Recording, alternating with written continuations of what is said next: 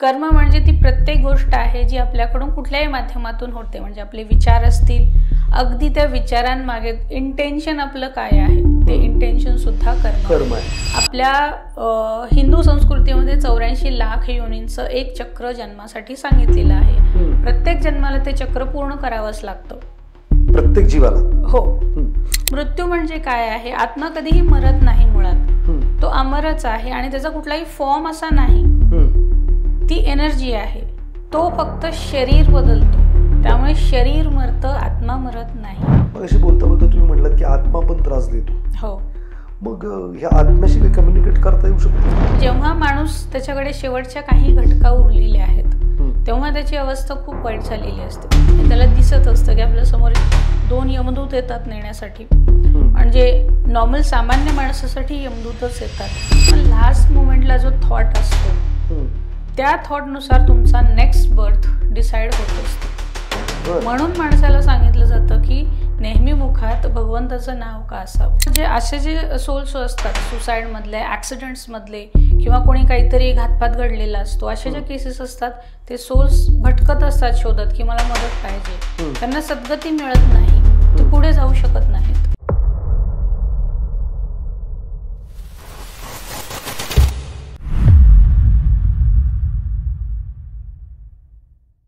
नमस्कार. विज the corner real hero या पॉडकास्टमध्ये मी पुन्हा एकदा आकाश गोंदावले तुमचं मनापासून स्वागत करतो. मित्रांनो, आपण लहानपणी शाळेमध्ये शिकलो आहे 5वी 6वीला की सायन्समध्ये everything is energy. Proton, neutron, electrons असतात आणि ते इलेक्ट्रॉन्स आर मुव्हिंग आणि त्याच्यातून व्हायब्रेशन्स निघतात. मित्रांनो, आज या विषयाला छेडण्याचं कारण असं आहे की प्राणी पक्षी हे सजीव आहेत, त्यांना कम्युनिकेट करता येतं, पण माणसाला त्यांना डायरेक्टली बोलता येतं का? किंवा त्यांचं जे काही दुखणं आहे, त्यांचं जे काही आक्रोश आहे, त्यांना जो काही आनंद आहे ते तुमच्याशी व्यक्त होऊ शकतात का? त्याचबरोबर आपले जे काही हिलिंग्स प्रक्रिया आहेत, मेंटल हिलिंग असेल, शारीरिक हिलिंग असेल, किंवा तुमच्या नात्यांमध्ये प्रॉब्लेम असेल, तुमच्या घराच्या वास्तूमध्ये प्रॉब्लेम असेल, त्याचं कुठलं हिलिंग आपण कशा पद्धतीने करू शकतो याच्याबद्दलही आपण इथं जाणून घेणार आहे. मित्रांनो, असं म्हणतात की चित्रगुप्त वरती बसून आपण जे काही करतोय, ॲक्शन करतोय, कृती करतोय, विचार करतोय, त्या प्रत्येक ॲक्शनचं कृतीची नोंद ठेवतोय. आणि 84 लाख जन्म असतात असंही आपण ऐकलेलं आहे. आणि मग कोणत्या जन्मात काय अशी चूक केली आहे त्याच्यामुळे पुढे आपल्याला जे काही अडचणी येत आहेत, लग्न जमत नाही आहेत, आर्थिक तंगी चालू आहे आणि बऱ्याचशा समस्या आहेत. तर याच्यावरती आज आपल्याकडं डॉक्टर ज्योती आलेल्या आहेत, त्यांच्या आपल्याला मार्गदर्शन करणार आहेत. डॉक्टर ज्योती, आपलं मनापासून स्वागत विज द कॉर्नरमध्ये. नमस्कार. तुमच्याबद्दल थोडंसं शिक्षण किंवा तुमचं बॅकग्राऊंड आणि तुम्ही इकडं कसं वळलात त्याच्याबद्दल आमच्या प्रेक्षकांना. हो, नक्कीच. मी डॉक्टर ज्योती. मी 10+ इयर्स कॉर्पोरेटमध्ये जॉब केला. मी IT मध्ये होते. लास्ट माझा जॉब जो होता तो सिटी बँकमध्ये होता.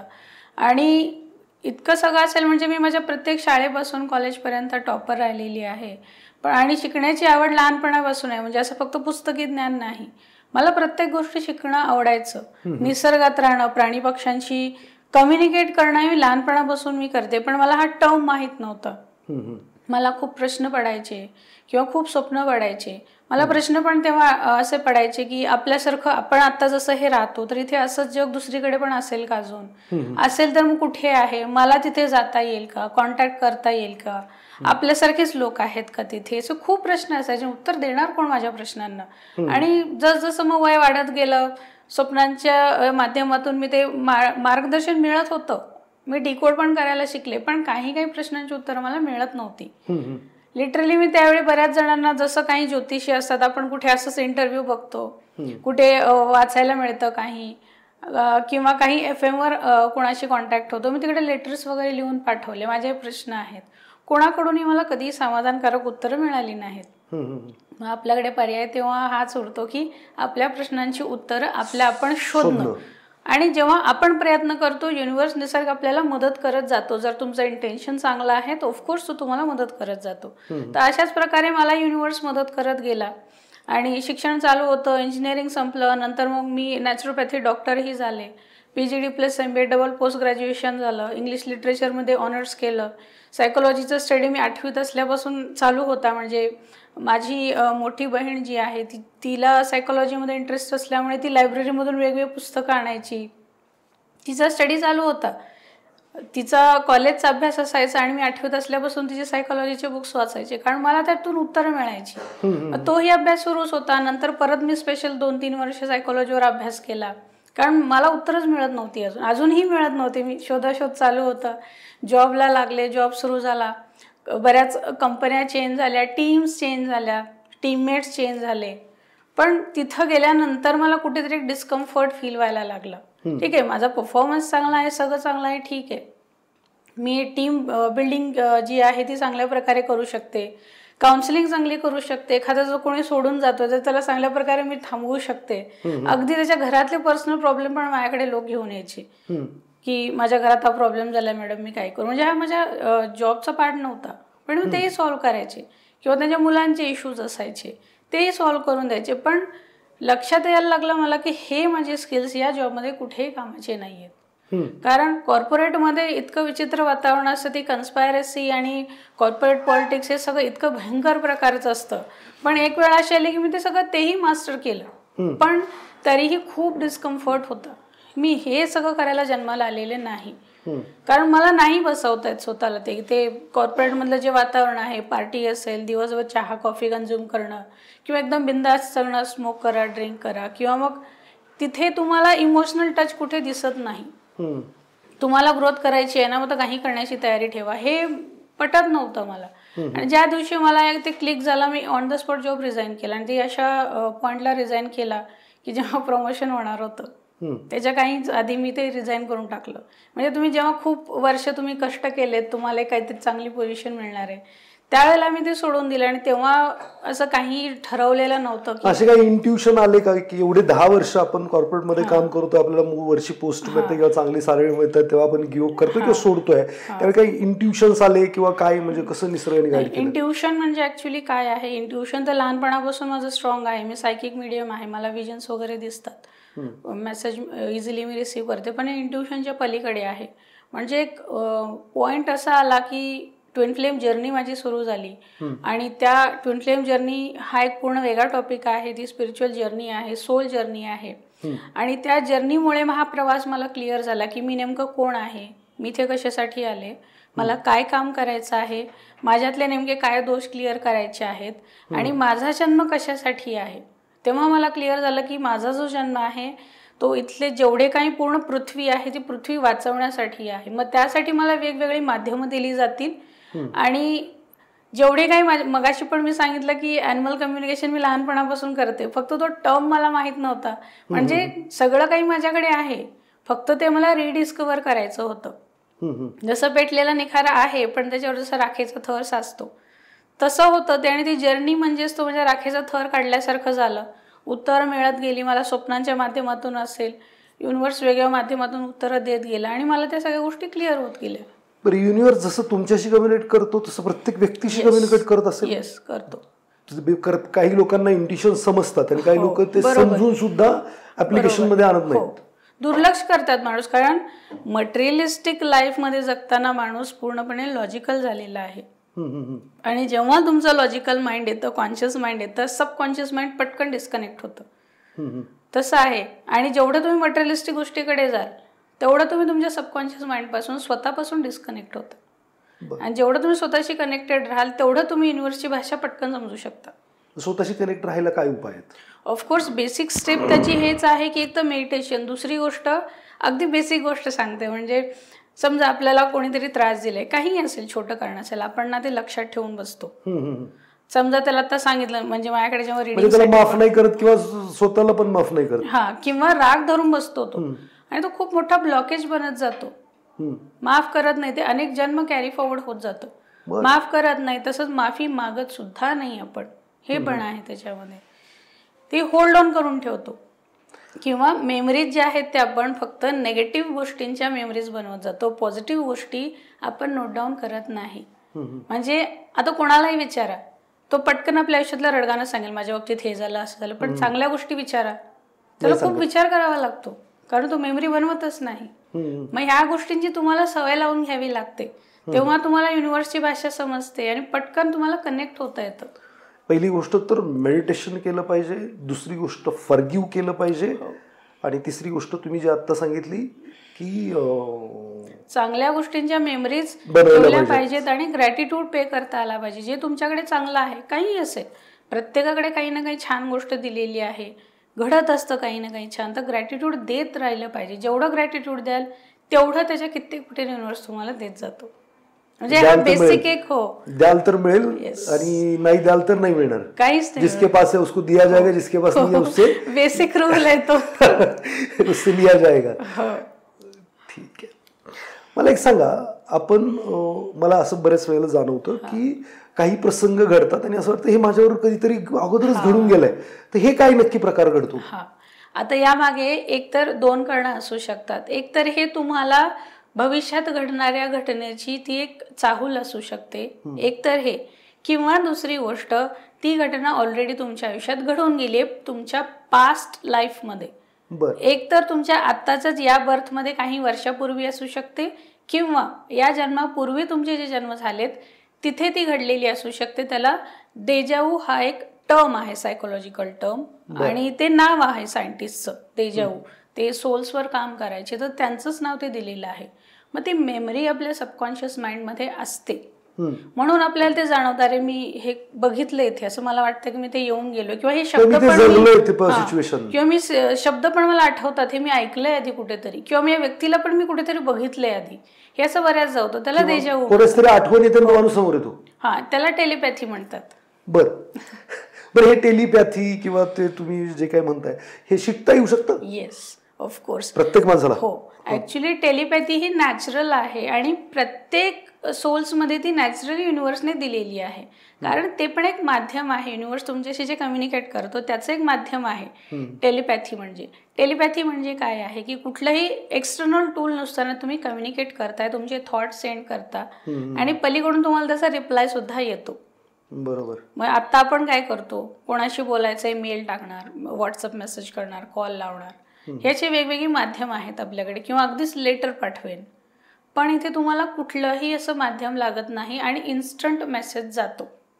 जसं की आपण कोणाची तरी आठवण, असं म्हणूयात की व्हायब्रेशन आपण सोडतो बॉडीद्वारे आणि ते कनेक्ट केले जातात. व्हायब्रेशन्स नाही, टेलिपॅथी म्हणजे ऍक्च्युली ते माइंड टू माइंड कनेक्शन होत असतं. आपण जर शक्तिमान सिरियल बघितलं असेल, बऱ्याच जणांचं ते आवडतं होतं, म्हणजे माझंही होतं, कारण त्यात खूप त्याला एक आध्यात्मिक वळण होतं सगळं. तर त्यामध्ये टेलिपॅथी दाखवली होती की त्यांचं जे कम्युनिकेशन होतं, शक्तिमान आणि गीता विश्वास जे 2 पात्र आहेत, ऍक्च्युअल मध्ये तसं घडतं की तुम्ही विचारांची देवाणघेवाण करता एकमेकांना. जे माझ्या ब्रेन मध्ये विचार येतात तेच तुमच्या ब्रेन मध्ये येतात. नाही, तुम्ही पाठवू शकता. समजा तुम्हाला आता वाटतं की मला या माणसाशी बोलायचंय पण माझ्याकडे काहीच कॉन्टॅक्ट नाहीये, किंवा माझी बॅटरी डेड झालीये, फोन लागत नाही, जे काही असेल, पण त्या माणसापर्यंत तो मेसेज पोहोचतो, तो कुठूनही तुमच्यापर्यंत पोहोचतो, तुम्हाला कॉन्टॅक्ट करतो. किंवा बऱ्याचदा खाण्याच्या बाबतीतही असं होतं, घरी मला हा पदार्थ खाण्याची इच्छा झाली आहे, घरी गेल्यानंतर कळतं की नेमका तोच पदार्थ बनलेला आहे. आजच माझ्या बरोबर घडलं टेलिपॅथी आणि सेम पदार्थ होता. ओके, म्हणजे आकार, कलर, एव्हरीथिंग इज सेम आणि टेस्ट पण सेम. म्हणजे जस्ट आय वॉज थिंकिंग की अरे हे आपल्या घरात बनवत नाही आणि ते सकाळी बनवलेलं होतं, म्हणजे तिथं तो विचार आला होता आणि ते घडलं होतं. अजून एक गोष्ट माझ्यावर घडली होती की आय थिंक 2005-06 साली मी गावी जाणार होतो 2 व्हीलरनी, आणि मला सकाळपासून काहीतरी असे विचारत होतं की समथिंग इज मिझरेबल. मी माझ्या लाईफमध्ये त्याच्या अगोदर कधी हेल्मेट वापरलं नव्हतं, कधी शूज वापरले नव्हते, आणि मी त्या दिवशी शूज आणि हेल्मेट मार्केटमध्ये जाऊन विकत घेतलं आणि ते सगळं घालून मी प्रवास केला आणि माझा मेजर ऍक्सिडेंट झाला. ओके, ते त्याच्यानंतर परत शूज आणि हेल्मेट 2 व्हीलर वरती घातलं नाही. हे कसं टेलिपॅथीचा प्रकार म्हणायचं? हे इंट्युशन आहे. इंट्युशन तुम्हाला युनिव्हर्सने ते पुढे घडणाऱ्या घटनेची तुम्हाला आधीच सायन्स दिले होते तुमच्या इंट्युशनच्या माध्यमातून. ही घटना पुढे आहे आणि त्यासाठीचं प्रिकॉशन म्हणून तुम्हाला सोल्युशन पण दिलं होतं की हे तुम्हाला वापरायचं आहे, हेल्मेट, शूज, जॅकेट, जे काही असेल. त्यानंतर तुम्ही स्वतःला सेफ ठेवू शकता आणि त्यावेळेला तुम्ही तुमच्या इंट्युशनचं ऐकलं. कॉन्शियस माइंडला तुम्ही बाजूला केलं, चल असं काय होतं, ऑटो मोड वरती झालं. म्हणजे मी ते केलं असं म्हणू शकत नाही. का कोण असतो, मला असं स्ट्रॉंगली फिलिंग आले आणि मी ते सगळं विकत घेतलं. ऑनवर्ड ते त्याच दिवशी वापरलं गेलं हेल्मेट, त्याच्यानंतर मी ते हेल्मेट परत वापरलं नाही. इंट्युशन किंवा युनिव्हर्सची मदत अशीच असते, आपण किती त्याला फॉलो करतो. आणि जो माणूस त्याचं इंट्युशन फॉलो करतो तो त्या माणसाच्या आयुष्यात कधीच काही चुकीचं घडू शकत नाही. म्हणजे माझ्याकडे शेअर मार्केटचे पण बरेच लोक येतात, क्लायंट्स खूप असतात, मला नुकसान होत आहे किंवा माझे खूप पैसे अडकले, प्रत्येकाची अमाऊंट वेगवेगळी असते. तर शेअर मार्केटचं पण म्हणजे एक सिक्रेट म्हणू शकता तुम्ही, कितीही तो एक्सपर्ट असू दे, अगदी खूप मोठी नाव आहे त्यांची मी आता घेत नाही इथे, की ज्यांचं शेअर मार्केटमध्ये खूप छान नाव आहे, खूप करोडोमध्ये त्यांचा रोज ट्रान्झॅक्शन्स असतात, पण तरी सुद्धा एक सिक्रेट शेअर मार्केटचं आहे, जर तुम्ही तुमच्या इंट्युशनने शेअर मार्केटचे ट्रान्झॅक्शन्स केलेत तर ते ट्रान्झॅक्शन तुम्हाला कधी धोका देणार नाही. तुम्ही जेव्हा ट्रेड घेणार आहे तुमचं इंट्युशन जागेवर ठेवा आणि त्याला डावलू नका, आणि मग बघा तुमच्यामध्ये जेवढं काही ट्रेडिंगचा अनुभव आहे तो कसा पॉझिटिव्हली चेंज होतो. ग्रेट. म्हणजे इंट्युशन जर प्रत्येक व्यक्तीने फॉलो केले तर त्या व्यक्तीला नुकसानही होणार नाही, तो सुखी, समाधानी, आनंदी आणि यशस्वी होऊ शकेल. आणि जर इंट्युशन ड्रास्टिकली ऑब्झर्व करायचे किंवा ते घ्यायचे तर त्यासाठी तुम्ही जे 2-3 पर्याय सांगितले, मेडिटेशन असेल किंवा फॉरगिव्हनेस असेल, ग्रॅटिट्यूड असेल, ह्या सगळ्या गोष्टी जर फॉलो केल्या तर you are connected with the nature आणि निसर्ग तुमच्याशी कम्युनिकेट करतात. बरं, मला एक सांगा, आपण जे काही कर्म करतो त्याचं काहीतरी तुम्ही म्हटलंय आकाशिक रेकॉर्ड्स वगैरे असतात, ते काय नक्की आहे? आपल्याला आता कर्म हा शब्द ओळखीचा असतो आणि आपला एक म्हणजे समज असा असतो की आपण ऍक्च्युअल मध्ये काहीतरी ऍक्टिव्हिटी करतोय ते फक्त कर्म आहे. तर तसं नाही. कर्म म्हणजे ती प्रत्येक गोष्ट आहे जी आपल्याकडून कुठल्याही माध्यमातून होते. म्हणजे आपले विचार असतील, अगदी त्या विचारांमागे इंटेन्शन आपलं काय आहे ते इंटेन्शन सुद्धा कर्म आहे. अगदी समजा एका सेकंदासाठी सुद्धा एखादा तुमच्या थॉट येऊन गेला किंवा तुम्ही समोर दाखवताय की बाबा मी खूप छान समोरच्याशी चांगलं वागतोय, गोड बोलतोय, हसतोय, पण जर तुमच्या त्या वागण्याचं इंटेन्शन काहीतरी निगेटिव्ह आहे ते सुद्धा कर्म आहे. आणि अशा प्रत्येक कर्माचा डेटा आपल्या आकाशिक रेकॉर्ड्समध्ये ऑटोमॅटिकली रेकॉर्ड होत असतो. म्हणजे ते जाणीवपूर्वक कोणी करत नाही किंवा करावं लागत नाही, ते ऑटोमॅटिकली तिकडे रेकॉर्ड होत राहतं. आणि आपल्या हिंदू संस्कृतीमध्ये 84 लाख योनींचं एक चक्र जन्मासाठी सांगितलेलं आहे. प्रत्येक जन्माला ते चक्र पूर्ण करावंच लागतं, प्रत्येक जीवाला. हो, कारण जसं भगवान श्रीकृष्णांनी भगवद्गीतेत सुद्धा सांगितलेलं आहे की प्रत्येक जीवामध्ये बसणारा आत्मा हा एकच आहे आणि प्रत्येक आत्म्यामध्ये माझा सुद्धा वास असतो. मग हे जे काही आत्म्याचं चक्र आहे ते का दिलेलं आहे की प्रत्येक जन्मामध्ये आपल्याला काही ना काही लेसन्स लर्न करायचे आहेत. म्हणजे आपण डेव्हलप होत जातो. जसजसं आपण आपल्या मुलाला पहिलीमध्ये टाकलं तो थोडंच शिकतो, ते शिकल्यानंतर आपण दुसरीत जातो, अजून थोडं जास्त शिकला की असं पुढे वाढत जातं. इव्हन आपल्यालाही समजा काही स्पेशलायझेशन करायचं, आपण पुढे पुढे तसं करत जातो. म्हणजेच आपण लर्न करतोय, नवीन नवीन लेसन्स लर्न करतो. सेम वे आत्म्यालाही तसंच आहे की तुम्ही लेसन्स लर्न करताय. प्रत्येक आयुष्यामध्ये त्याचे एक वेगवेगळे लेसन्स आहेत.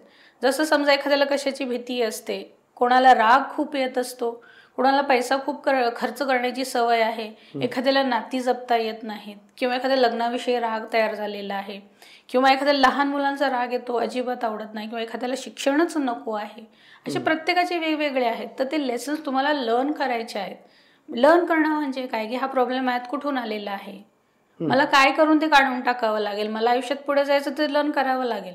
नाही तर मग पहिलीच्या मुलाला जर त्याने परीक्षा नाही दिली, तो पास नाही झाला, तर त्याला परत पहिलीतच बसवलं जाईल. आपलं तसंच होतं. एखादी सिच्युएशन रिपीट होणं म्हणजे हे असंच आहे की ते आपण लर्न करत नाही. माझे खूप वेगवेगळे लेसन्स आपल्याला दिलेले असतात, ते लर्न करत जातो आत्मा. आणि त्यासोबत आपल्याशी जोडलेली जेवढी काही कर्म आहेत, दिसणारी न दिसणारी किंवा वेगवेगळ्या नात्यांमध्ये आपली कर्म जोडलेली असतात, ती जेव्हा झिरो होतात, पूर्ण नील होतात, तेव्हा माणूस मोक्षाकडे जातो, तेव्हा त्याला मोक्ष मिळतो. आणि मोक्ष मिळण्यासाठी असे 84 लाख योनींचे अनेक चक्र त्याला पार करावी लागतात. तो फिरत राहतो. जर समजा ते कर्मशून्य नाही झाले किंवा तर मोक्ष नाही आणि त्याला 84 लाख परत रिपीट करावं लागेल. Yes, correct. मृत्यू उपरांत जीवन असं काही प्रकार म्हणजे मृत्यूनंतर पण जीवन आहे असं कुठेतरी वाचण्यात आलं होतं. हो, मृत्यूनंतरचं जीवन म्हणजे, मृत्यू म्हणजे काय आहे, आत्मा कधीही मरत नाही मुळात, तो अमरच आहे आणि त्याचा कुठलाही फॉर्म असा नाही, ती एनर्जी आहे, तो फक्त शरीर बदलतो. त्यामुळे शरीर मरतं, आत्मा मरत नाही. जसं की आपले कपडे आपण वापरले, एक दिवस ते मळले, आपण ते टाकतो, दुसऱ्या दिवशी दुसरे घालतो. सेम पद्धतीने शरीर, आत्मा जो आहे तो शरीर असंच टाकून देतो. जेव्हा तो जीर्ण आहे, त्याच्यात तर काही कामाचं नाही, ते शरीर टाकून देतो, दुसरं शरीर धारण करतो. मग त्याची प्रोसेस आहे. जेव्हा एकदा त्याची डेथ झाली, एका शरीरासोबत डेथ झाली, त्याच्यानंतर त्याचा वेगळा प्रवास सुरू होतो.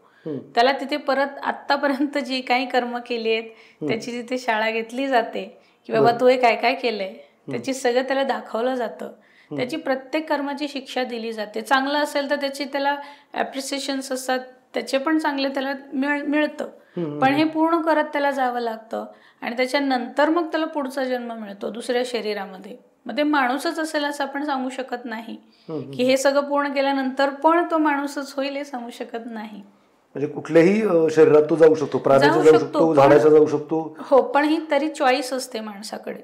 म्हणजे जेव्हा माणूस, त्याच्याकडे शेवटच्या काही घटका उरलेल्या आहेत, तेव्हा त्याची अवस्था खूप वाईट झालेली असते. त्याला दिसत असतं की आपल्या समोर 2 यमदूत येतात नेण्यासाठी.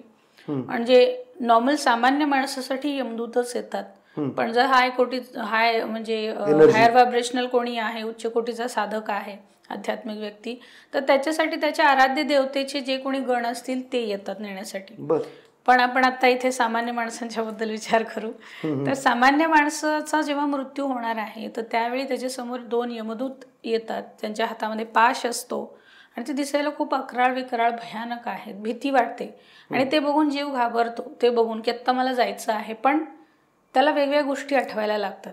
अरे मी एवढं घर बांधलं, एवढ्या कष्टाने गाडी घेतली, मुलांना शिकवलं आणि मला जगताच आलं नाही, हे असू शकतं. किंवा कोणाला वाटतं की मी माझ्या एवढ्या सगळ्या नात्यांना सोडून मी कसं जाऊ, ते कसं जगणार माझ्याशिवाय. किंवा मग कोणाला तरी काहीतरी आजार असतो आणि काहीतरी खाण्याची इच्छा असते, किंवा कोणाला नॉनव्हेज खाण्याची खूप इच्छा असते, मला नॉनव्हेज खायचं होतं, मला मिळालंच नाही. मग लास्ट मोमेंटला जो थॉट असतो त्या थॉटनुसार तुमचा नेक्स्ट बर्थ डिसाईड होत असतो. म्हणून माणसाला सांगितलं जातं की नेहमी मुखात भगवंताचं नाव का असावं, म्हणजे त्या वाईट क्षणी सुद्धा तुमच्या मुखात भगवंताचंच नाव येईल आणि एक तुम्हाला परत संधी आहे की तुम्ही यमदूतांच्या हातात सापडणार नाही. तिथे तुमचे जे कोणी आराध्य असतील त्यांच्या माध्यमातून तुम्हाला नेलं जाईल पुढे. तुमचा जो प्रवास असेल तो त्यांच्या माध्यमातून केला जाईल. ग्रेट. म्हणजे आज जर माझ्या जीवनात काही अडचणी आहेत, आर्थिक अडचण आहे, शारीरिक अडचण आहे, रिलेशन चांगले नाही आहेत, म्हणजे मी कदाचित तो जो धडा मला निसर्ग शिकवण्याचा विचार करतो तो मी शिकत नाहीये म्हणून त्या अडचणी आहेत. बरोबर. आणि कदाचित माझी पूर्वीची जी काही कर्म आहेत, त्या आकाशिक जी काही लायब्ररी आहे तिथं लिहून ठेवलेले, त्या सगळ्यांचा परिणाम म्हणजे माझ्या आयुष्यातले दुःख किंवा हे जे कष्ट आहेत, बरं हे निवारण करण्यासाठी काय उपाय आहेत? वेगवेगळ्या माध्यमातून आपण त्याच्यावर उपाय शोधू शकतो. एक तर सगळ्यात आधी उपाय हा आहे की माणसाने खरं ऐकण्याची, एक्सेप्ट करण्याची तयारी ठेवावी. कारण खरं मान्य करणं खूप अवघड असतं. कारण मी रोज अनुभवत असते, नाही मी असं केलंच नाही, मी असं करतच नाही. मग हा तुमचा ॲरोगन्स आहे, इगो आहे, आणि जोपर्यंत हा आहे तुमची प्रगती होत नाही. ते पूर्ण सोडून द्यावं लागतं. माध्यम असं आहेत की एकतर तुम्हाला आधी रूट कॉज कळायला पाहिजे की ते झालंय कशामुळे. मग त्यासाठी टॅरो रिडिंग एक सोपं माध्यम आहे, क्विक माध्यम आहे. कार्ड्सच्या माध्यमातून प्रॉब्लेम काय आहे, कुठून आलेला आहे, आत्ताचाच आहे का, तुमच्या प्रिव्हियस बर्थचा आहे का, किंवा तुमच्या ॲन्सेस्टर्स फॅमिली पॅटर्न्समध्येच ते आहे का, की तुम्ही स्वतः काहीतरी करून घेतलंय, किंवा आत्ता काही जसं शनिदेवांची 7.5 किंवा त्यांची महादशा किंवा असा काही काळ आहे का, किंवा तुम्ही स्वतःच काही मेंटल ब्लॉकेज बनवले स्वतःचे. काहींना वाटतं ब्लॅक मॅजिक केलंय, किंवा हे खूप जणांचा गैरसमज असतो की कोणी माझ्यावर ब्लॅक मॅजिक केलंय. खरंय का ते? ब्लॅक मॅजिक असतं, पण खूप जणांचा गैरसमज असतो की माझ्यावर ब्लॅक मॅजिक केलंय म्हणून मला हे माझं काम होत नाहीये. बऱ्याचदा मेंटल ब्लॉकेजेस असतात, स्वतःच ब्लॉकेजेस बनवलेले असतात आणि म्हणून प्रॉब्लेम असतात. माझ्या सगळ्या गोष्टी तुम्हाला तर टॅरो कार्डच्या माध्यमातून कळतात. त्याच्या वेगवेगळ्या रेमेडीज, किंवा न्यूमरोलॉजीचं तुम्ही करेक्शन बघितलं असेल, नेम करेक्शन आहे आणि त्याची 100% रिझल्ट येतात. न्यूमरोलॉजी असेल, किंवा समजा तुम्हाला अजून डीपमध्ये जायचं आहे की नाही मला चेक करायचंच आहे, हे माझ्या कुठल्या जन्मातून आले, कारण मला हे आत्ता नको आहे, मला हे आत्ताच क्लिअर करायचं आहे आणि माझ्या पुढच्या पिढीमध्ये पण मला ते जायला नको आहे. मग त्या केसेसमध्ये आपण आकाशिक रिडिंग चेक करतो, सोल रेकॉर्ड जसं मगाशी मी बोलले तिथे जाऊ शकतो. किंवा समजा एखाद्या फॅमिलीमध्ये बरेचसे अनैसर्गिक मृत्यू होत असतात, पूर्वीही झालेले असतात आणि पूर्वीच्या काळी खूप आहेत, कारण तेव्हा एक तर मुलांची संख्या खूप असायची एखाद्या घरामध्ये, म्हणजे 8, 9, 10 अशी संख्या असायची, किंवा मेडिकल फॅसिलिटीज नव्हत्या. मग त्या कोणाची डेथ झालेली असते त्याचा आपल्याला त्रास होत असतो, आत्ता ते कुठेतरी त्रास देत असतात, किंवा याच पिढीमधल्या कोणाची तरी डेथ झालेली असते, ते सोल्स बऱ्याचदा आपल्याला त्रास देत असतात, त्याच्यासाठी सोल चॅनलिंग आहे. असे वेगवेगळे माध्यम आहेत आणि यातून आपल्याला रूट कॉजेस कळाले, मग त्यावर हिलिंग हे खूप प्रभावी माध्यम आहे. हिलिंग म्हणजे थोडक्यात काय आहे की उपचार करणं, बरं करणं. तिथेही तसंच की तुम्हाला कुठलं टूल लागत नाही, इंजेक्शन लावा, सलाईन लावा, गोळ्या घ्या, नाही. खूप ते डीप लेवलला जातं, तुमच्या सोल लेवलला जातं, तुमच्या DNA पर्यंत जातं. अगदी आपले जे पूर्वज आहेत एन्सेस्टर, तिथून जर एखादा प्रॉब्लेम, आजार आलेला आहे, आपण तिथवर जाऊन तिथला DNA करेक्ट करतो. म्हणजे तो आजार आपण इथेच थांबवू शकतो की जो पुढच्या पिढीमध्ये ट्रान्सफर होणार नाही. माझ्या हिलिंगच्या वेगवेगळ्या पद्धती बनवलेल्या आहेत, नावं वेगळी आहेत, हिलिंग देण्याची थोडीशी पद्धत वेगळी आहे, पण हिलिंग हे एक प्रभावी माध्यम आहे की ज्याला खरंच औषधांचा आत्ता कंटाळा आलाय किंवा नको आहे बाबा मला हे, किंवा इतर कुठले उपाय नको आहेत. समजा फिनान्शियल इश्यूजचे माझ्याकडे केसेस खूप येतात, माझ्याकडे नको आहे बाबा, किंवा कोणाला फॉरेन कंट्रीजमध्ये जायचं असतं, खूप प्रयत्न करत असतो, होत नसतं, सगळं पत्रिका बघून झाली, सगळं झालंय, योग आहे असं दिसते, पण ते काय घडत का नाही आहे माझ्या बाबतीत, प्रत्येक वेळी ती संधी हुकते का. मग त्यावेळी कुठेतरी छोटे छोटे ब्लॉकेजेस असतात, कुठल्याही प्रकारचे असतील, इव्हन ब्लॅक मॅजिक सुद्धा, तर कुठल्याही प्रकारचे ब्लॉकेजेस असे आपण हिलिंगने रिमूव्ह करू शकतो. आणि फक्त माणूस नाही, आपण आपल्या वास्तूला हिलिंग देऊ शकतो. आपण आपल्या आसपास जी काही छोटी छोटी झाडं लावतो, तर छोटीच म्हणायला लागेल कारण आपण फ्लॅटमध्ये राहतो, अगदी तुळस असते आपल्याकडे, बऱ्याच जणांच्या घरात तुळस सुद्धा वाढत नाही, त्याला हिलिंग देऊ शकतो. किंवा आपल्या बऱ्याच जणांच्या घरी आजकाल पेट्स असतात, त्यांना हिलिंग आपण देऊ शकतो. अशा वेगवेगळ्या मोडॅलिटीज आणि पद्धती आहेत एखादा प्रॉब्लेम रूट कॉज शोधून त्याच्यावर सॉर्ट आउट करण्यासाठी. म्हणजे माणसाला जे काही प्रॉब्लेम आहेत हिलिंगच्या माध्यमातून पूर्णपणे रिकवर करता येऊ शकतात. त्याच्यामध्ये खूप सारे रेमेडीज आहेत, त्या वापरल्या तर तुम्ही औषध गोळ्या नाही, पण ह्या रेमेडीज वापरून तुम्ही तुमच्या आयुष्यातले जे करंट प्रॉब्लेम आहेत, शारीरिक असतील, मानसिक असतील, आर्थिक असतील, किंवा जसं तुम्ही झाडांचंही म्हणलात, घरात झाड असेल ते वाढत नसेल, त्याला आपण ट्रीट करू शकतो आणि रिपेअर करू शकतो. औषधं 100% लगेच बंद होतील असं नाही. समजा आता माझ्याकडे एक पेशंटची केस होती, हार्ट अटॅकची केस होती, सिव्हिअर अटॅक होता त्यांना, आणि आय थिंक आधी पण 2 येऊन गेले होते. तर ॲडमिट केलं त्यांनी, ठीक आहे, सगळं ट्रीटमेंट चालू आहे, पण डॉक्टर शुअर नाही आहेत. म्हणजे फार फार तर 24 तासाचा काळ त्यांना दिलेलं आहे, त्याच्यात तेवढा वेळ सर्व्हाइव्ह करू शकले तर ठीक आहे, नाही तर आम्ही गॅरंटी देऊ शकत नाही.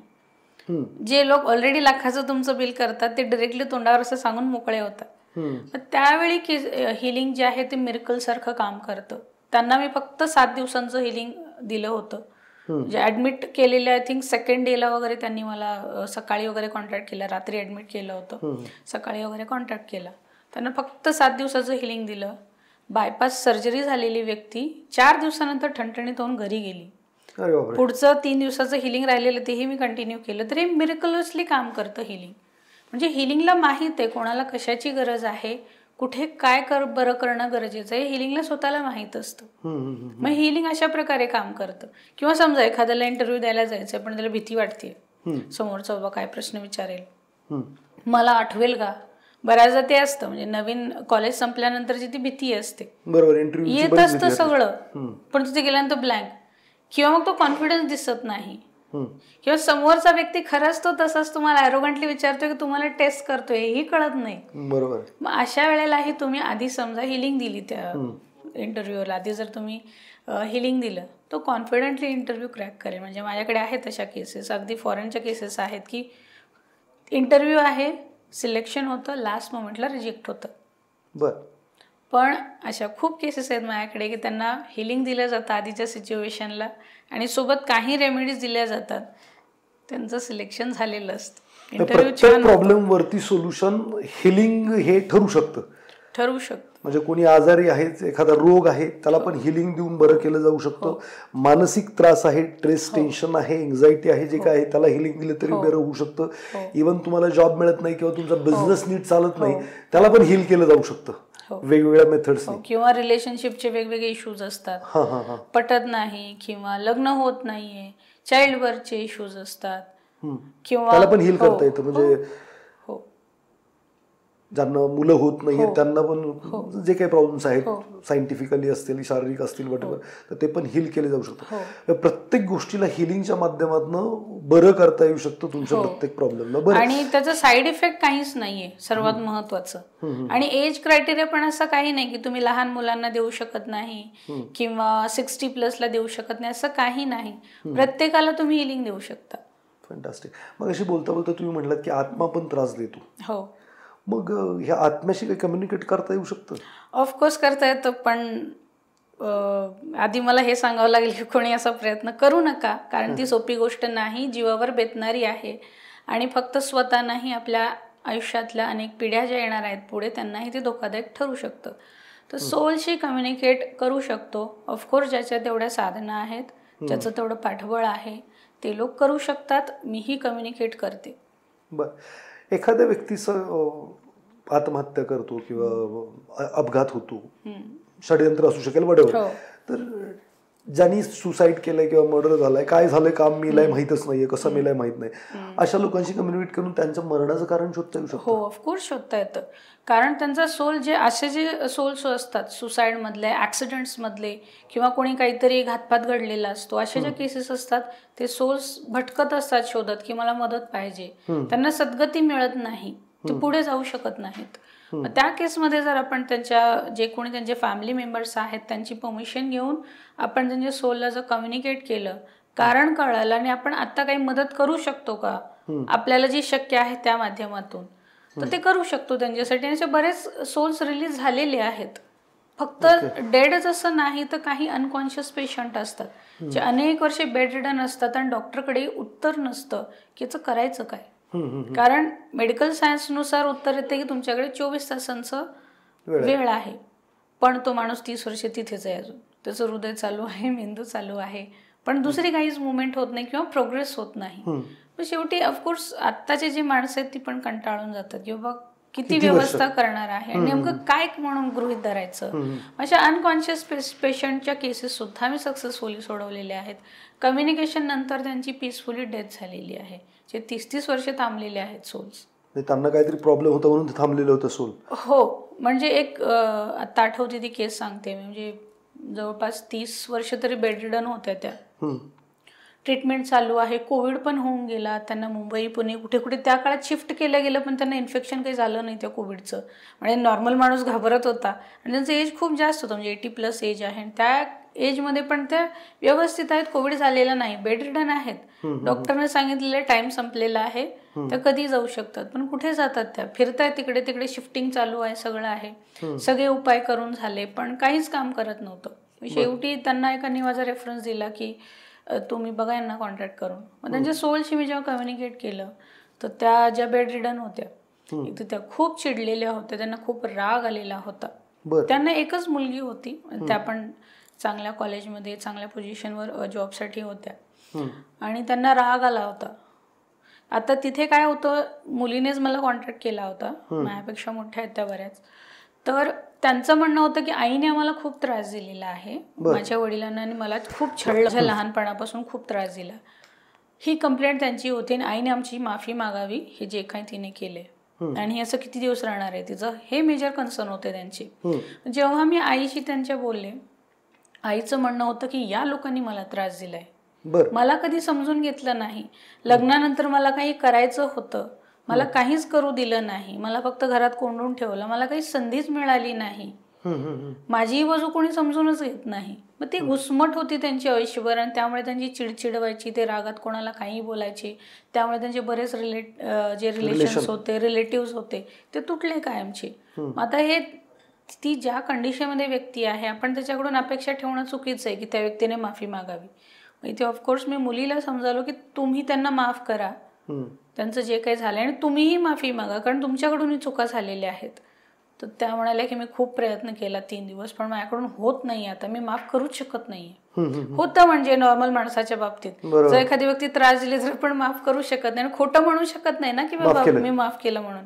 त्या केससाठी त्यांच्यासाठी एक हिलिंग सेशन दिलं मी मुलीसाठी. त्या म्हणाल्या की काय झालं माहित नाही, एकच हिलिंग सेशन मध्ये पण मी केलं माफ, आता मला काहीही तक्रार नाही आईकडून. आणि त्यांच्या आईसाठी मग कम्युनिकेट करून पुन्हा विचारलं की तुम्हाला हिलिंगची गरज आहे का, तुम्ही हिलिंग घेऊ शकता का. त्यांच्या सोलला परत बोलावलं मी आणि त्यांना परत विचारलं, कारण ते बेडसोर्स वगैरे व्हायला लागले होते. आणि बऱ्याच जण त्या अनकॉन्शियस आहेत तरी पण ते विरोध करायच्या ते औषध वगैरे देताना. मग कम्युनिकेट केलं, ठीक आहे दे तू हिलिंग म्हणून सांगितलं त्यांनी मला. त्यांना त्यावेळेला खूप ताप वगैरे यायला चालू झाला, म्हणजे नवीनच इश्यू चालू झाले होते. ते झालं, बंद झालं सगळं, ताप वगैरे सगळं गेला, सगळं ठीक झाले. पण पुन्हा कम्युनिकेट कर म्हणून सांगितलं मला त्यांच्या मुलीने. मला तिथे त्यांनी त्यांच्या आईने सांगितलं मला तुळशीची पानं टाकलेला चहा हवा आहे. आणि त्यांच्या मुलीने सांगितलं मी आज सकाळीच बनवला होता तुळशीची पानं टाकून चहा, का बनवला माहित नाही. मग हे त्यांना थोडासा चहा पण मग द्यायला लावला हॉस्पिटलमध्ये नर्सच्या माध्यमातून. नंतर कम्युनिकेट पुन्हा केलं त्यांच्याशी, हिलिंग झालं, सगळं झालं. कारण मला तेव्हा मेसेज मिळत होते काहीतरी वेगळं होतं, आता मे बी त्यांचा टाइम संपला आणि ते रेडी आहेत जाण्यासाठी. मला सायन्स मिळाले त्यांचं जेव्हा हिलिंग चालू होतं. मी कम्युनिकेट केलं आणि ते एकदम शांत होत्या त्यावेळी. त्यांचा सोल जो आला तो शांत होता, सगळा राग निघून गेलेला होता. आणि तेव्हा त्या रडत होत्या. त्यांचं म्हणणं तेव्हा असं होतं की मी खूप वाईट वागले या सगळ्यांशी, माहित आहे मला हे सगळं काही करायला दिलं नाही, पण मी तरी कुठे व्यवस्थित वागले.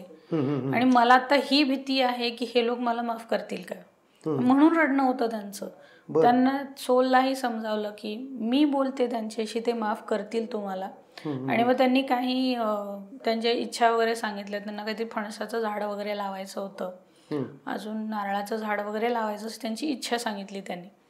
आणि त्यांना मी कसं विचारणार ना की म्हणजे रीडिंग पण असे काही काही येतात की बाबा हे माणूस अजून किती दिवस आहे मला सांगा म्हणून. मी नाही विचारू शकत असं कोणाला.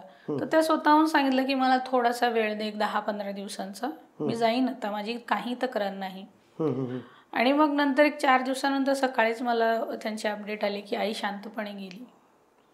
मग हे असं अडकलेला सोल होता त्यांचा की तिथे आता काय होतं, त्यांची काही खास इच्छा नव्हती, पण जे काही मिसअंडरस्टँडिंग झालेत ते क्लिअर होणं गरजेचं होतं. तेवढ्यासाठी तो सोल थांबला होता. माफ करणं किती गरजेचं, नाही तर अवघडच आहे. बरं, मृत्यू एखाद्या व्यक्तीचा समजू शकतो, कधी होणार? खरं सांगायचं तर मी असे प्रश्न मला रीडिंग मध्ये पण खूप येतात, पण मी ते घेत नाही प्रश्न. कारण ते घेऊ पण नाही, कारण ती आपली अथॉरिटी नाही, आपण देव नाही, आपण माध्यम आहोत. आणि एखाद्याचं मरण बघण्यापेक्षा त्याला समजू शकतं का माझं, बाकी काही नाही, जाणून नाही घ्यायचं. नाही, पण माझं म्हणणं हे आहे की हे कोण जाणू शकतं. एखादा स्पिरिच्युअल व्यक्ती आहे, अध्यात्मात गेलेला पूर्ण. फॉर एक्झाम्पल मला माहीत असतं माझं आयुष्य कुठवर आहे, मला काय करायचं आहे. ती मॅच्युरिटी आहे का तुमच्याकडे समजून घेण्याची, किंवा माझं आयुष्य इथंपर्यंत आहे. समजा तुम्हाला कळालं की तुमचं आयुष्य अजून 40 वर्ष आहे, तुम्ही रोज तेच डोक्यात घेऊन जगाल, अरे माझ्याकडे एवढाच वेळ आहे, एवढाच वेळ आहे, एवढाच वेळ आहे. मानसिकरित्या माणूस वीक होऊन जातो आणि त्याची सगळ्या कॅपॅसिटी निघून जातो, तो काहीच करू शकत नाही, फक्त भीतीमध्ये जगत राहतो. म्हणून अशा प्रश्नांची उत्तरं दिली जात नाहीत, माझ्या ह्यांनी तर मी देत नाही, किंवा ती इतर कोणीही सांगू नयेत. इनफॅक्ट मी असं त्यांना सांगते की समजा माझ्याकडे केसेस अशाही येतात ज्याचा मृत्यू दिसतो मला काही वर्षानंतर, पण तेही मला पॉझिटिव्हली त्यांना सांगावं लागतं. मी पॉझिटिव्हलीच सांगते, कारण मिरेकल्स आहेत, काही होऊ शकतं. तुमचा जो फेथ आहे, विश्वास आहे, तर मिरेकल्स होतात. जसं मार्कंडेय ऋषींच्या बाबतीत झालं होतं. त्यांचं आयुष्य फक्त 8च वर्षांचं होतं, म्हणजे त्यांच्या आई वडिलांना मुलं नाही आहेत. त्यांनी यज्ञ केला, त्यांना 2 ऑप्शन दिले, तुम्हाला बुद्धिमान मुलगा पाहिजे पण त्याचं आयुष्य 8 वर्ष असेल, किंवा तुम्हाला बुद्धी नसलेला मुलगा मिळेल ज्याचं खूप आयुष्य आहे. आता अर्थात ते एवढे मोठे ऋषी आहेत, बुद्धिमान मुलगाच मागणार आहेत. बुद्धिमान मुलगा मागितला त्यांनी, पण 8च वर्ष आयुष्य आहे. मग त्यांनी, म्हणून ऋषींनी, मार्कंडेय ऋषी जेव्हा लहान होते तेव्हा लहानपणापासून महादेव भक्तीमध्ये त्यांना बसवलं, म्हणजे तेच करायचं आहे त्यांना. आणि त्यांची ती लहानपणापासूनची भक्ती 8 वर्षामध्ये इतकी वाढत गेली, जेव्हा यमदूत त्यांना न्यायला आले, महादेवाने त्यांना नेऊ दिलं नाही, तू माझ्या भक्ताला असं नेऊ शकत नाही. आणि त्यानंतर मग मार्कंडेय ऋषींची बरीच रचना आहे जी आपण आजही स्तोत्र मंत्र बरेच वाचन करतो. तर हे जे काही मिरेकल्स आहेत ते घडतात, ते होत असतात. बरं, मग हे तुम्ही आकाशिक जे काही रेकॉर्ड आहे, समजा मला जर ते वाचायला शिकायचं असेल तर असे काही कोर्सेस अवेलेबल आहेत का? कोर्सेस असतात, पण मी खरंच सांगते म्हणजे मी ॲडव्हर्टाईजमेंट बघते 99 रुपीज 9 रुपीजमध्ये कोर्सेसची ॲड बघत असते, पण नाही होत ते प्रोसेस. आणि शिकण्याची इच्छा सुरुवातीला सगळ्यांना वाटते की बाबा मी जाऊन बघेन क्युरिओसिटीमुळे, पण ती प्रोसेस तेवढी सोपी नाही. कठीण आहे ती प्रोसेस, अवघड आहेत सगळ्या गोष्टी. इझिली तुम्ही ते सगळं शिकू शकत नाही. नियम आहेत काही, तुम्ही स्वतः तेवढ्या मॅच्युअर आहात का? किंवा जसं समजा मी सांगितलं की एखादी निगेटिव्ह मृत्यू दिसतोय, ते डिकोड करता आलं पाहिजे, त्या मृत्यूचा अर्थ काय आहे, किंवा समोरच्याला ते व्यवस्थित कन्वे तुम्हाला करता आलं पाहिजे, त्याचं काउन्सिलिंग करता आलं पाहिजे. आणि रीडिंग ओपन पण केले, पण असं नाही की तिथे तुम्हाला सगळं मूवी सारखं अगदी सगळं क्लिअर कट सगळं कळत जातं, असं नाही. तुम्हाला खूप गोष्टी खोदून विचाराव्या लागतात.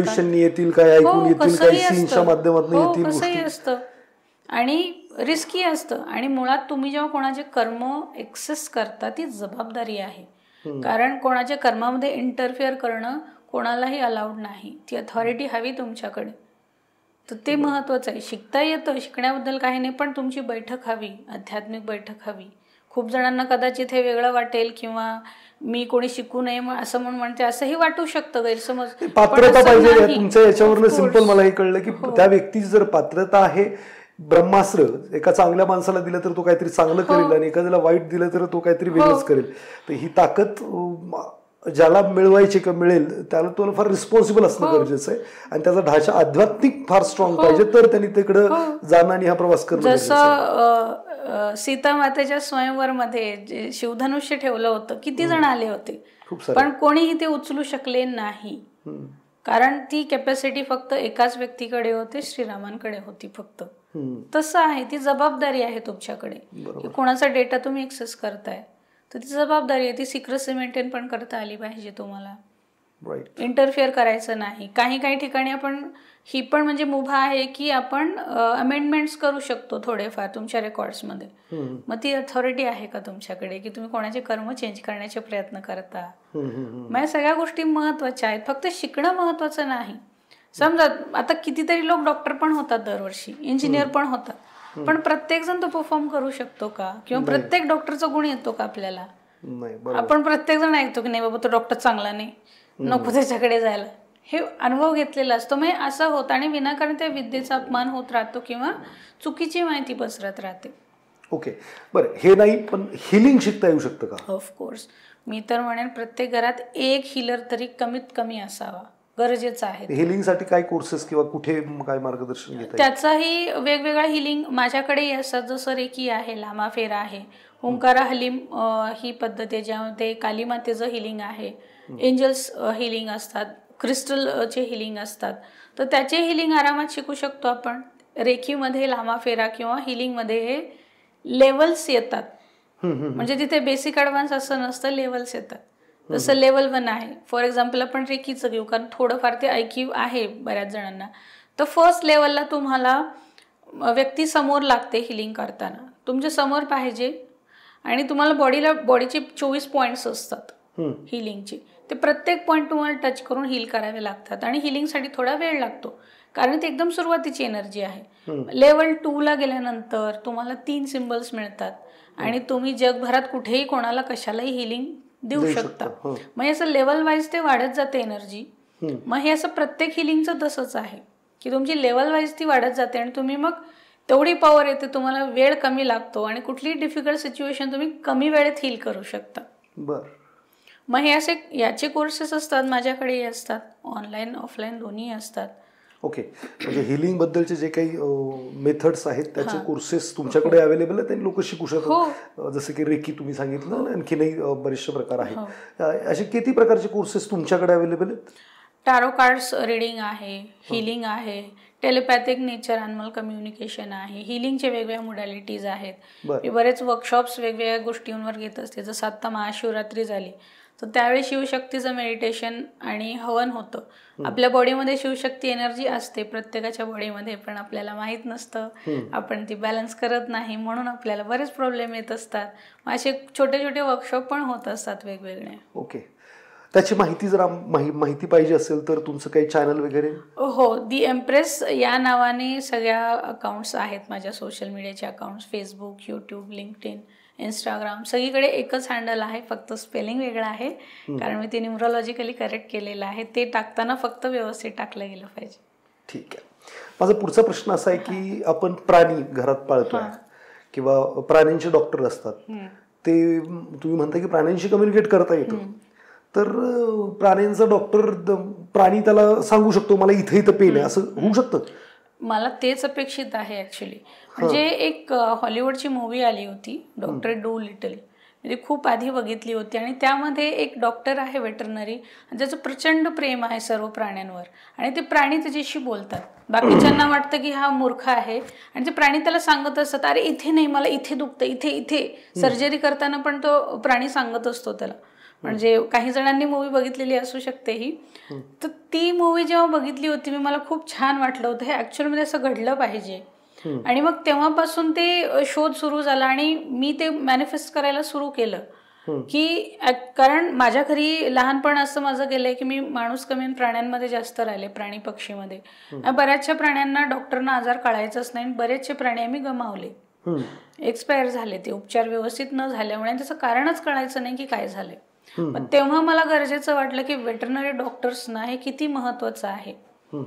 आणि मग मॅनिफेस्टेशन ते सुरू झालं. शेवटी आता मग कोर्समध्ये वेटरनरी डॉक्टर्स यायला लागले, सक्सेसफुली ते कोर्स करून जातात, आणि आता त्यांचं जे काही ट्रीटमेंट करण्याची जी पद्धत आहे ती खूप सुधारलेली आहे.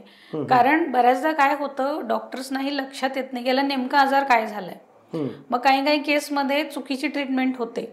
जेव्हा कम्युनिकेशनसाठी पण माझ्याकडे केसेस येतात तेव्हा सांगतात प्राणी की ही ट्रीटमेंट चुकीची आहे, माझा डॉक्टर बदला, डॉक्टर व्यवस्थित नाही. पण हे प्राण्यांच्या मालकांनी पण शिकून घेतलं तर खूप छान आहे. डॉक्टरना सांगेल की या प्राण्याचं इथे दुखतंय बाबा. हो, म्हणजे ते चालू आहे आता. म्हणजे ते अवेअरनेस चांगला आलेला आहे की मला प्रोफेशनल प्रॅक्टिस नाही करायची, पण माझ्या घरी काहीतरी पेट आहे, तो फक्त छान राहावा म्हणून मला शिकायचंय. आता लास्ट जी बॅच झाली त्यामध्ये ओमान वरून स्टुडंट आले होते माझ्याकडे टेलिपॅथिक ॲनिमल कम्युनिकेशन शिकण्यासाठी. मग हे का आहे, कारण त्यांना सवय आहे जखमी कोणी प्राणी पक्षी आला तर त्याला बरं करणं, सोडून देणं.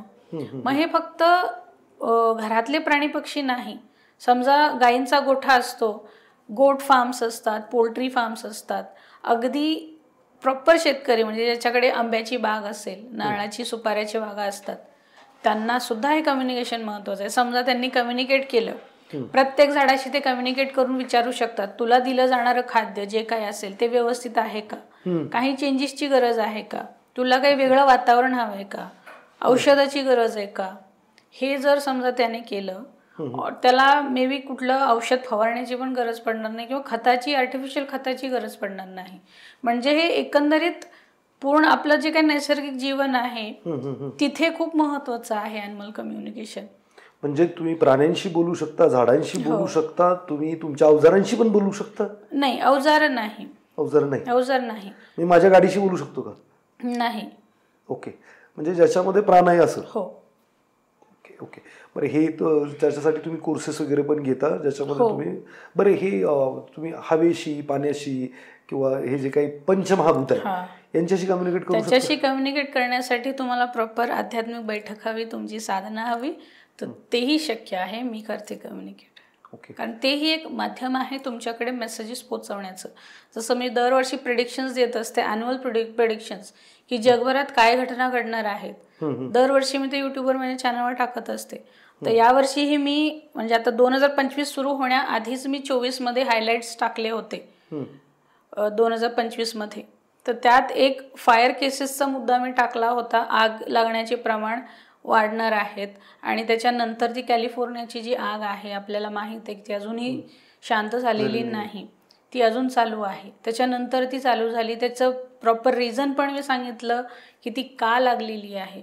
कारण ती आग पाईन जे वृक्ष आहेत त्याच्यामुळे लागलेली आहे, आणि मुळात पाईन हा स्पिरिच्युअल वृक्ष आहे. तो रिबर्थ दाखवतो, प्युरिटी दाखवतो, प्युरिफिकेशन दाखवतो. ही पूर्ण माहिती मी त्या व्हिडिओमध्ये दिलेली आहे. मग हे जे काही प्रेडिक्शन्स मला येतात, जे मेसेजेस येतात, तर ते मग हे जे काही पंचमहाभूत आहेत ऑफकोर्स ते मदत करतात म्हणून मी देऊ शकते. माझं काहीच नाही त्याच्यामध्ये. मग आपल्याला तेवढं एलिजिबल बनवावं लागतं आणि अर्थात ते सोपं नाही. खूप वर्ष आयुष्याची त्याच्यासाठी द्यावी लागतात, साधना करावी लागते. हो, कारण लहानपणापासूनची 24 वर्षे मी दिलेली आहेत त्याच्यासाठी अजूनही देण्यात झटणं चालू आहे. तेव्हा या सगळ्या गोष्टी होऊ शकतात. मी असं ऐकलं की तुम्ही आता एक कोर्स घेताय प्राण्यांशी किंवा झाडांशी कसं बोलायचं, तर तो कोर्स तुम्ही फ्री पण आहे असं सांगितलं मला मगाशी, तर त्याच्याबद्दल थोडक्यात माहिती सांगाल तर? हो, म्हणजे जसं मी प्रत्येक ठिकाणी सांगत असते की प्रत्येक घरामध्ये किमान एक ॲनिमल कम्युनिकेटर आणि एक हीलर हे खूप गरजेचं आहे, खूप महत्वाचं आहे.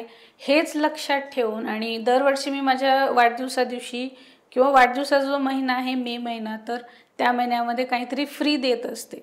मग यावर्षी फ्री ॲनिमल नेचर कम्युनिकेशन द्यायचं ठरवलेलं आहे आणि तेही समोरासमोर. नाही तर असं नाही की तुम्ही इकडे झूमवर बसलाय, तिकडे नेट डिस्कनेक्ट झालंय, मॅडम काय बोलले आम्हाला ऐकूच आलं नाही, काही समजलंच नाही, असं नाही.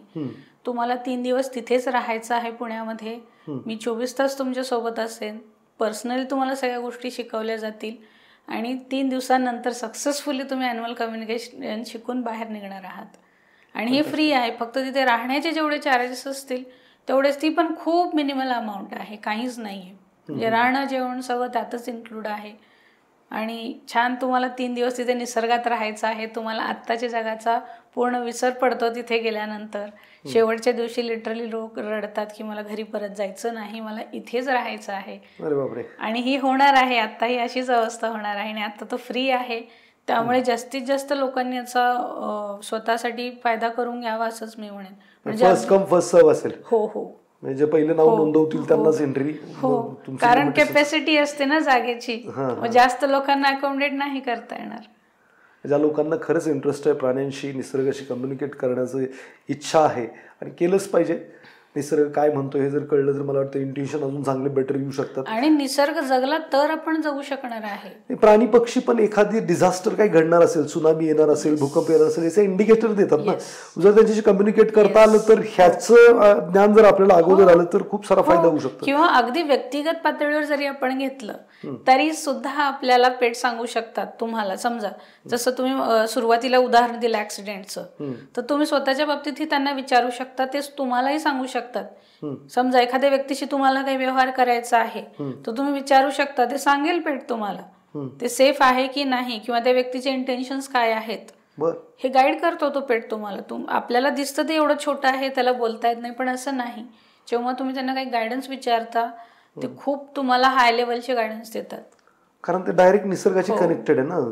फॉरगिव्हनेस मनात काही नाही आणि त्यांचे काहीच म्हणजे अपेक्षा नाहीयेत, कुठला लोभ नाहीये त्यांच्यासाठी. ते पूर्ण निस्वार्थीपणे त्यांचं काम करणं सुरू आहे. त्यांना पैसे जमा करून ठेवायचे नाहीत, घर बांधायचं हो ना, आपल्यासारखं पुढच्या 10 पिढ्यांचा विचार ते नाही करत.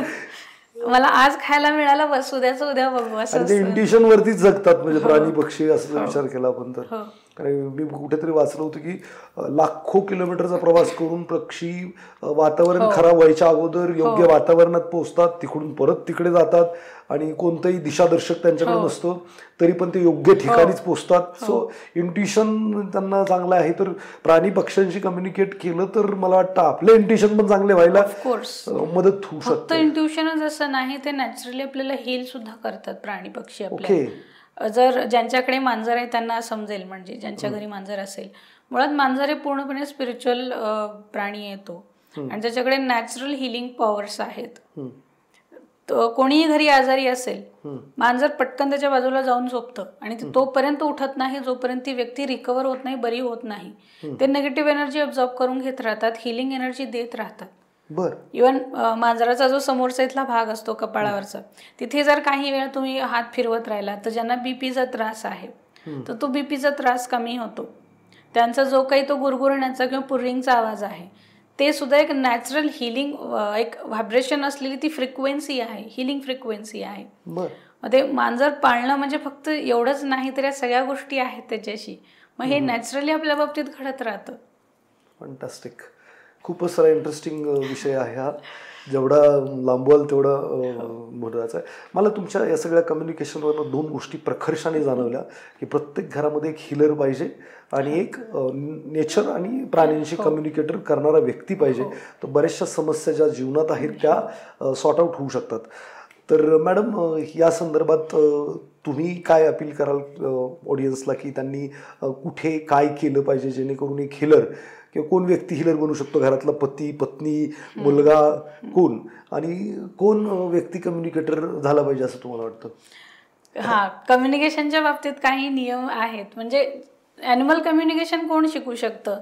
मुळात ज्याला प्राणी निसर्गाची आवड आहे, तो सेन्सिटिव्ह आहे, त्याला दुसऱ्यांचं दुःख कळतं, जाणवतं.